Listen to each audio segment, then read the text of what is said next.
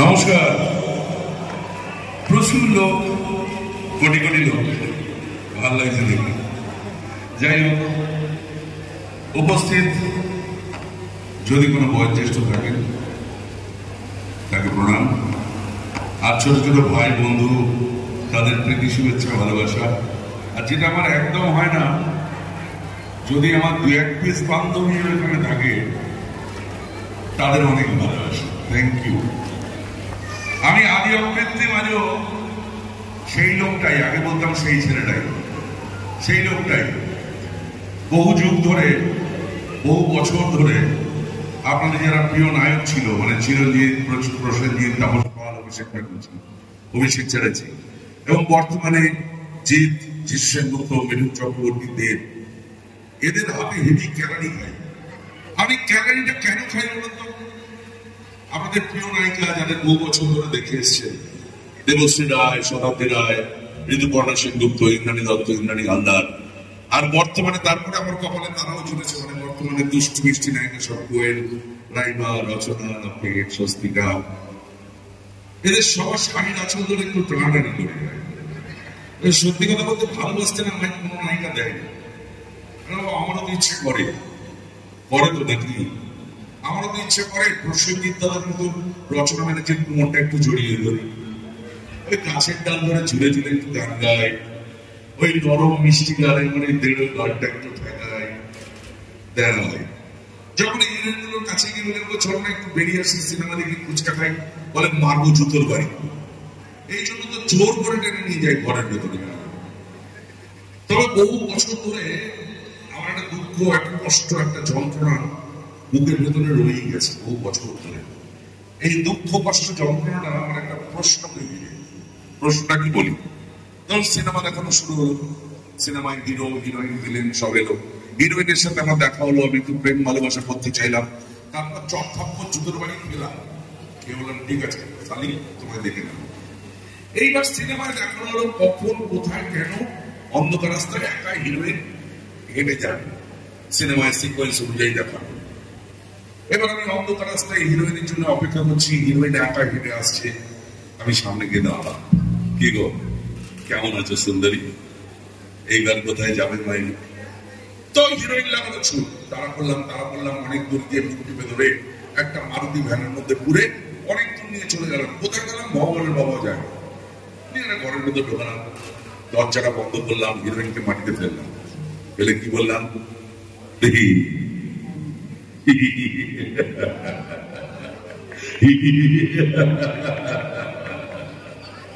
এইবার কোথায় যাবে সুন্দরী? হিরোইনের তখন অবস্থা খারাপ, কোন রকমে নিয়ে গিয়ে সামলাচ্ছে, নিজের কাপড় চোপড় সামলাচ্ছে, ওই ঘরটার ভেতরে দেওয়ালের দিকে ঘষটাতে পেছনে যাচ্ছে। আমার দিকে তাকিয়ে হাত জোর করে কি বলছে, আমায় ছেড়ে দিন প্লিজ, আমাকে ছেড়ে দিন, আমি সেরকম করেন না, আপনাদের পায়ে পড়ি, আপনি আমার দাদার মতো। বিশ্বাস করুন এখনো, মানে গত বছর পর্যন্ত চুলদারি পুরোপুরি কাকেরি বলে দাদার মতো বলে। আর দু এক বছরের মধ্যে এরকম যদি কোনো হিরোইন আমার কপালে জোটে, তাকে নিয়ে যদি ঘরের ভেতর ঢুকি, কি বলবে, আমায় ছেড়ে দিন প্লিজ, আপনি আমার বাবার মতো। আমি এখন কি বলি,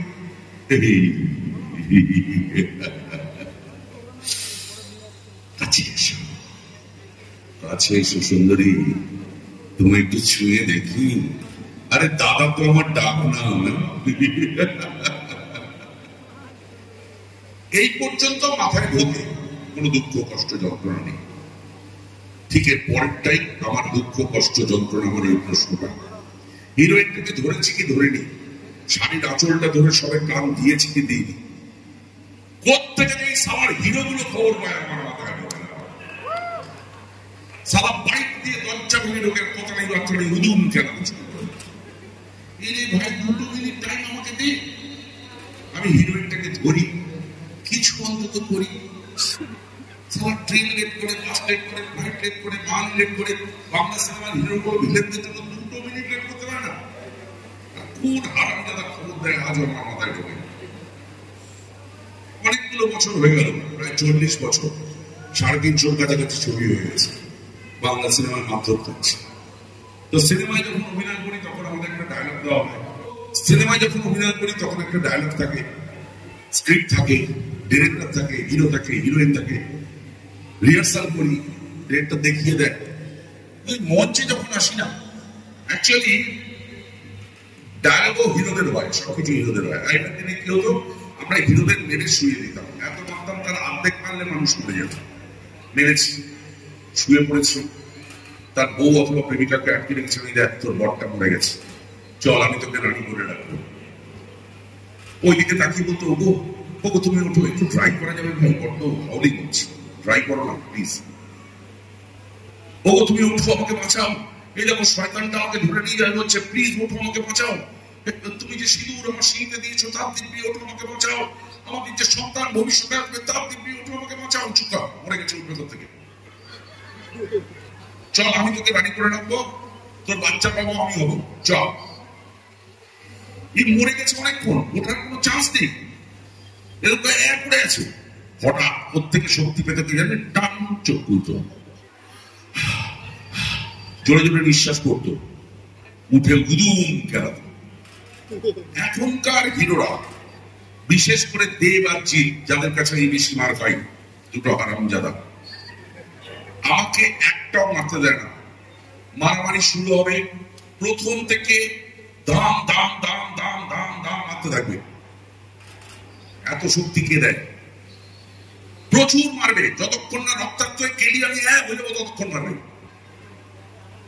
ডায়লগ বলবো তার কোনো অধিকার নেই। আমি যদি কোনো হিরোকে কোনো ডায়লগ বলে দিই, কোনো ভারী ডায়লগ, হিরো বলবে ভিলেনরা তো ভারী ডায়লগ বলছে কেন, ওই স্ক্রিপ্টটা নিয়ে আসবো, যে লিখেছে স্ক্রিপ্ট রাইটার তাকে ডাকবে, ডিরেক্টরকে ডাকবে, ডেকে আমি যে ডায়লগটা বলেছি তারপর একটা ভারী ডায়লগ বলবে, যাতে আমার ডায়লগটা কেলিয়ে শুরু করে। উদাহরণ দিচ্ছি, একটা সুপারহিট সিনেমা, বম্বের হিরো, নাম করা ভারী হিরো, তাদের দলে দুজনকে আমি মেরে দিয়েছি, আমাদের দলের দুজনকে তারা মেরে দিয়েছে। এবার আমার উপরে দায়িত্ব পড়েছে বদলা নেওয়া। আমি অনেকগুলো মুস্টান্ডা নিয়েছি আমার সঙ্গে, ছুরি, চাকু, বোমা, পিস্তল নিয়ে হঠাৎ দেখি হিরো, বম্বের হিরো এরকম করে দাঁড়িয়েছে, সাদা প্যান্ট, সাদা জামা পরা। আমি সামনে গেলাম, দাঁড়ালাম, আমার ডায়লগ ভারী, কি বলছি, চিনিস আমাদের রতন বসাত, ভূতে রেখে দেবো সারা। ওরা আমাদের দলের দুজনকে মেরেছে, আমরা ওদের 20 জনকে মারবো, তবে সারা বদলানো হবে। তুই 7 দিনের মন্ত্রী, 7 দিন পর পড়ে যাবি ভোট এখান থেকে, জ্যান্ত চালিয়ে দেবো সারা ভোট। ভারী ডায়লগ বললাম, হিরো শুনলো। এবার উত্তরে এমন একটা ডায়লগ বলছে, আমার এই ডায়লগটাও কেলিয়ে শুরু করবে। কি বলছে হিরো,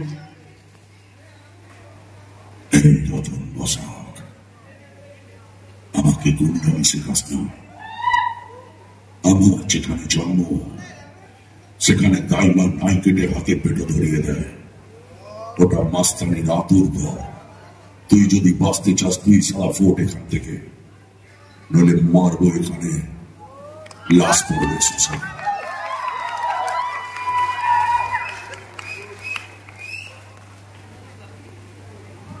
হাততালিটা কেন দিলেন?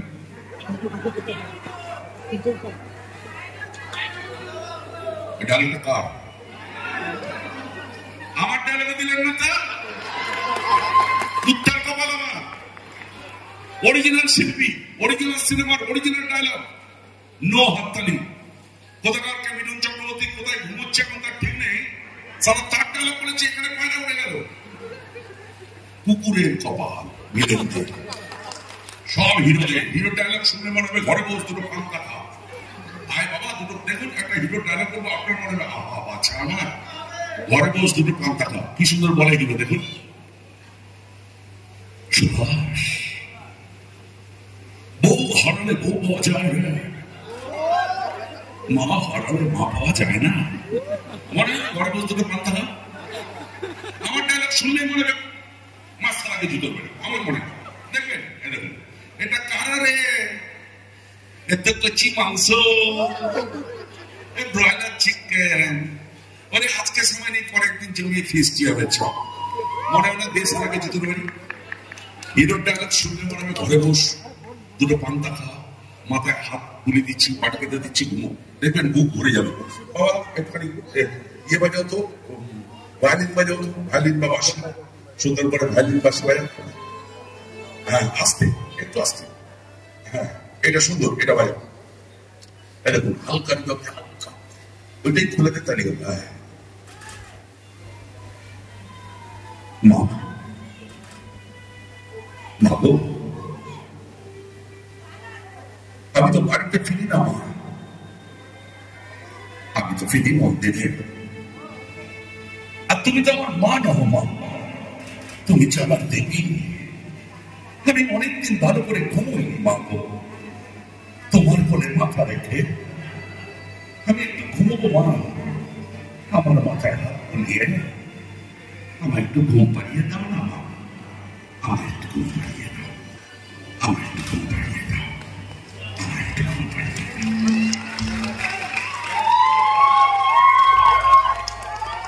এইখান থেকে হাততালিটা বেরিয়ে আসে। তো কপালে তো নেই যে একটা কখনো একটা হিরোর চান্স পাবো, কোয়েলকে জড়াবো, দেবকে মারবো, কপালে নেই। একটা হিন্দি ডায়লগ শোনাই, আশা করি ভালো লাগবে। হিন্দি ডায়লগ, আমি যাকে দেখে আমার অভিনয়ের প্রেরণা, যার সিনেমা প্রথম শো না দেখলে আমার রাতের ঘুম হতো না। 75 পয়সার টিকিট, 90 পয়সার টিকিট মারামারি করে টিকিট কেটে দেখতাম ফার্স্ট ডে ফার্স্ট শো। এবং তাকে দেখে আমার অভিনয়ের অনুপ্রেরণা। আমি সারা জীবন চেষ্টা করেছি, তার ডিসিপ্লিন তার সঙ্গে রেখেছি। অন্ধ ভক্ত থেকেও ভক্ত আমি তার। সেই শিল্পীর একটা ডায়লগ শোনানোর চেষ্টা করছি, আশা করি ভালো লাগবে। একদমই তেমন হবে না, তার নখের একটা পায়ের ধুলো করার যোগ্য অভিনেতা হিসেবে তিনি এত বড়, তিনি মিলেনিয়াম স্টার, ভয়ঙ্কর, সারা পৃথিবীব্যাপী তার ভয়ঙ্কর আজ 83 বছর বয়সেও তিনি যে অভিনয় দেখাচ্ছেন, তিনি বাঁচুন 150 বছর। আমি চাইব আমাদের মধ্যে তিনি থাকুন, আমি চলে যাওয়ার পরেও তিনি থাকুন। সেই শিল্পী, অভিনেতা, মিলেনিয়াম স্টার শ্রী শ্রদ্ধেয় অমিতাভ বচ্চন, তার ডায়লগ শোনানোর একটা চেষ্টা করছি।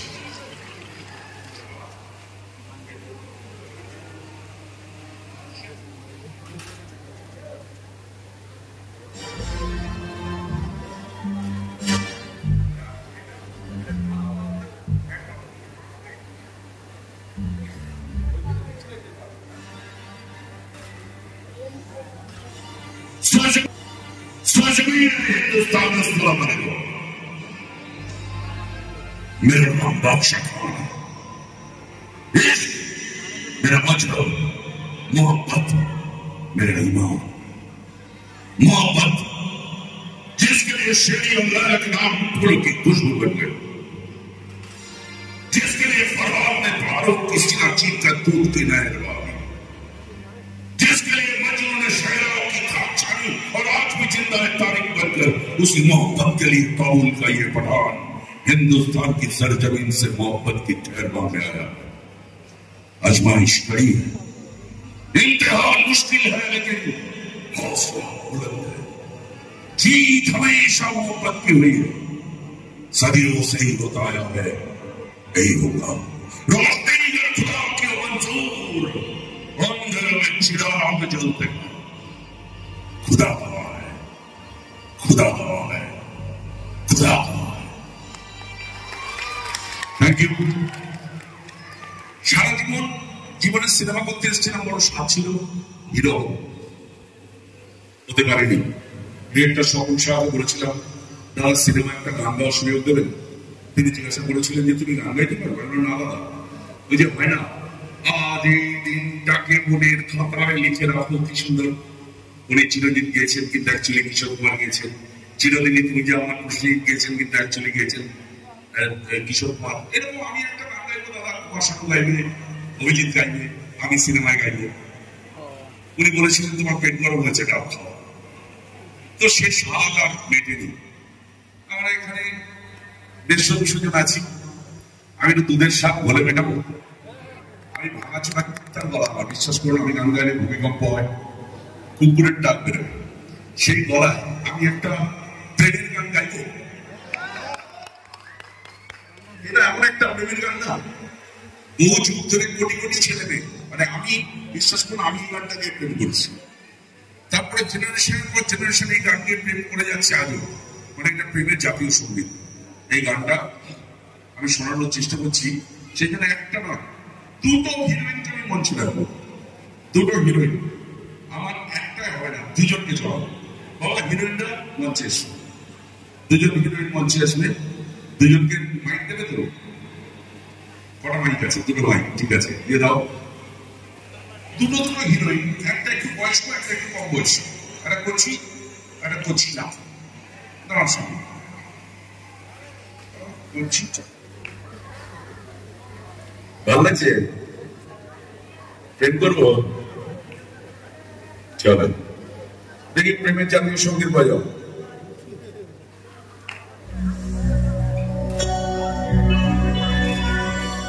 ভাই এটা একটু কিশোর কুমার চলে